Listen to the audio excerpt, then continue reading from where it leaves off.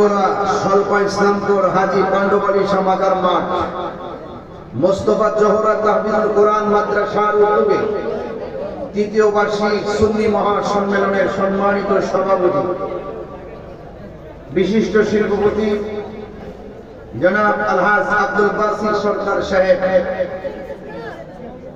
প্রধান অতিথি বিশিষ্ট দানবীর শিল্পপতি আমার অত্যন্ত প্রিয়তম ব্যক্তিত্ব আলহাজ মোহাম্মদ মুবারক হোসেন শাহীন শিকদার সাহেব, প্রধান আকর্ষণ জনাব সৈয়দ আমজাদ আলী তোষমিয়া সাহেব আজকের মাহফিলে শুভ আগমন করে এই মাহফিলকে অলঙ্কৃত করেছেন বিশিষ্ট ইসলামী চিন্তাবিদ পীরজাদা শাহ আবু নসর মোহাম্মদ সাইফুর রহমান খন্দকার সাহেব এবং মঞ্চবিষ্ট আছেন জ্ঞানী গুণী অত্যন্ত অত্যন্ত শ্রদ্ধাভাজন ব্যক্তিবর্গ এবং বিশেষ করে সহ সভাপতি জনাব কামাল হোসেন শেখ, নাজিমউদ্দিন মোহাম্মদ নাজিম মোহাম্মদ্দিন এবং প্রধান মেহমান জনাব হুমায়ুন কবির, জনাব মাহবুব হাসান মারু শেখ, জনাব আলহাজ আব্দুল কুদ্দুস মিয়া শেখ এবং মোহাম্মদ নবী ভাগা শেখ, স্বপন মিয়া শেখ সহ আজকের এই প্রোগ্রামটি সুন্দর করে প্রাণবন্ত করার জন্য যারা আমাকে ইনভাইট করেছেন মুফতি মোহাম্মদ মুজাম্মেল হোসেন বারী শেখ, মাওলানা মুস্তাফিজুর রহমান শেখ, মাওলানা হাফেজ শরীফুল ইসলাম কাজী শেখ, মাওলানা বিল্লাল হোসেন শেখ সহ এবং আজকের পরিচালনায় সজীব মিয়া সহ ওয়া মুবাল্লিগিন উলামায়ে কেরাম আরো অনেকের নাম আছে। আমি সার্বিক তত্ত্বাবধানে জনাব মোহাম্মদ আবু হানিফ মেম্বার সাহেব, প্রতিষ্ঠাতা প্রিন্সিপাল মুফতি ফখরুল ইসলাম আল হাবিবি সাহেব সহ ওয়া মুবাল্লিগিন উলামায়ে কেরাম, এই বাঙ্গুরার মানুষ, এই হাজার হাজার মানুষ, প্যান্ডেলে জায়গা হচ্ছে না, অনেক বিশাল বড় মাঠ, মানুষ আশিকের রাসূলের সাইলাও, এই বৈরী আবহাওয়ার মাঝেও আল্লাহ পাক রব্বুল আলামিন আমাদের সকলকে এই মাহফিলের আশা বসার কথা শোনা এবং বলার তৌফিক দিচ্ছেন। শুকরিয়া তার সকলে কণ্ঠটাকে উঁচু করে দিয়ে পড়ুন আলহামদুলিল্লাহ।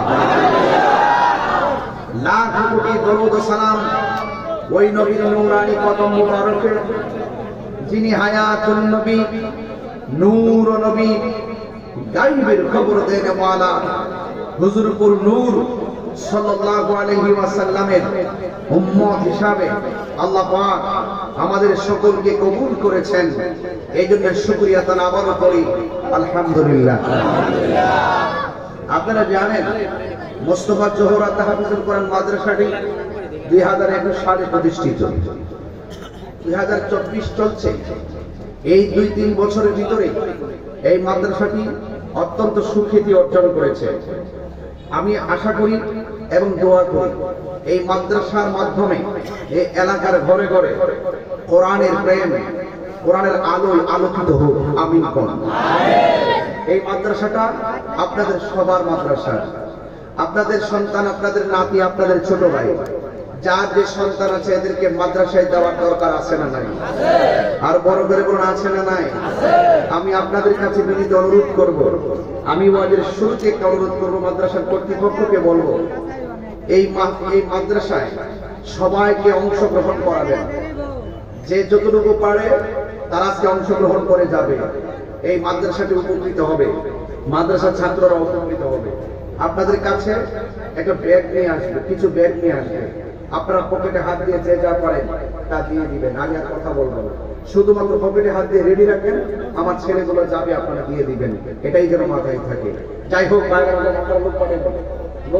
নিয়ে আসেন, একটা হাত যেন বাদ না যায়, আমি হাত তুলে দেখাবো ইনশাআল্লাহ। 1 টাকা হলো দিয়ে যাবেন। এখানে যেই লোক এসেছেন মাত্র 100 করে টাকা দিলে 5 লক্ষ টাকা হওয়ার কথা, কথা বলেন ঠিক না? কৃপণতা করবেন না, টাকা কবরে নিয়ে যাবেন না।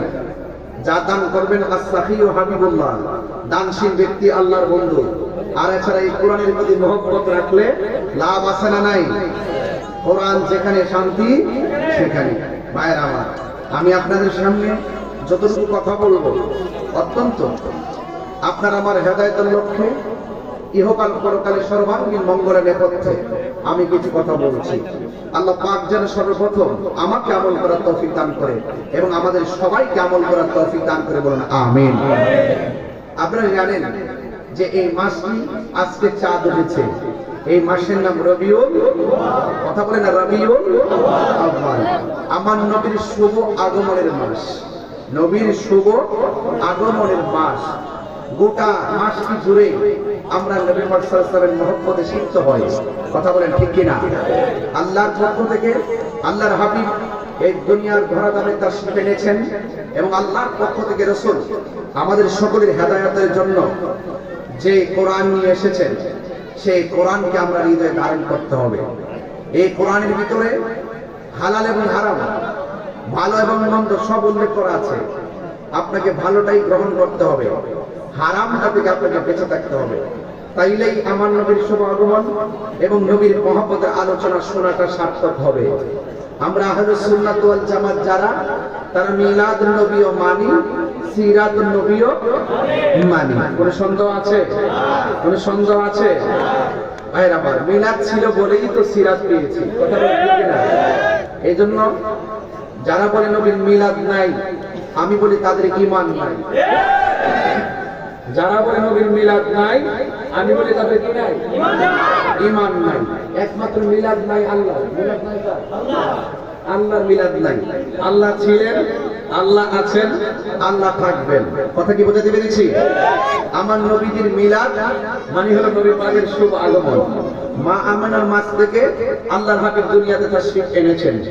এইজন্য আল্লাহ হলেন খালেক, আমার নবী হলো মাখলুক।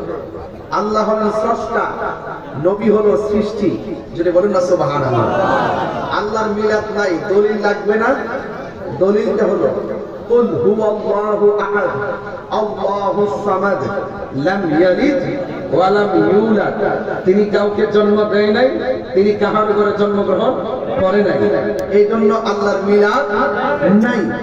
এবং যে ব্যক্তি বলবেন নবীর মিলাদ নাই, সেই ব্যক্তি আল্লাহর সঙ্গে শরীক করলো। কেউ বলে নবীর মিলাদ নাই, তাহলে সেই লোকটা মুশরিক। কথা বলেন ঠিক কিনা? এই জন্য নবীর মিলাদ মানে হলো নবীর শুভ আগমন। আমার নবী মামারের মাস থেকে এই দুনিয়ার মধ্যে তাশরীফ এনেছেন। এই জন্য আল্লাহর হাবিবের মিলাদ আছে, আল্লাহর হাবিবের মিলাদ আছে।